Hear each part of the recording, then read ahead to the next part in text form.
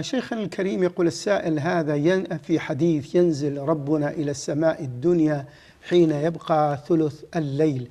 اشرحوا لي هذا الحديث، وأيضا النزول هذا يا شيخ، هل هو نزول حقيقي؟ نعم، هو نزول حقيقي، لكن يليق بجلال الله سبحانه، والله على كل شيء قدير.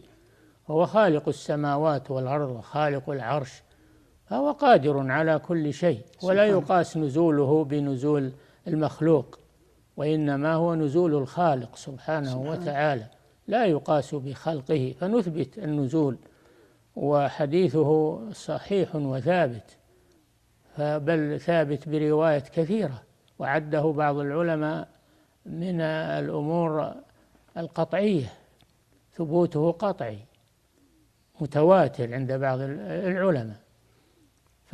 فالنزول الإلهي ثابت، وهو الإيمان به من الإيمان بالعقيدة، فنؤمن بنزول الله إلى سماء الدنيا كل ليلة حين يبقى ثلث الليل الآخر، ونقول هو نزول يليق بجلال الله، وليس كنزولنا من محل إلى محل كما يتوهمه بعض الجهال، بل نقول هذا خاص بالله، هو من جملة أفعاله سبحانه وتعالى. نعم.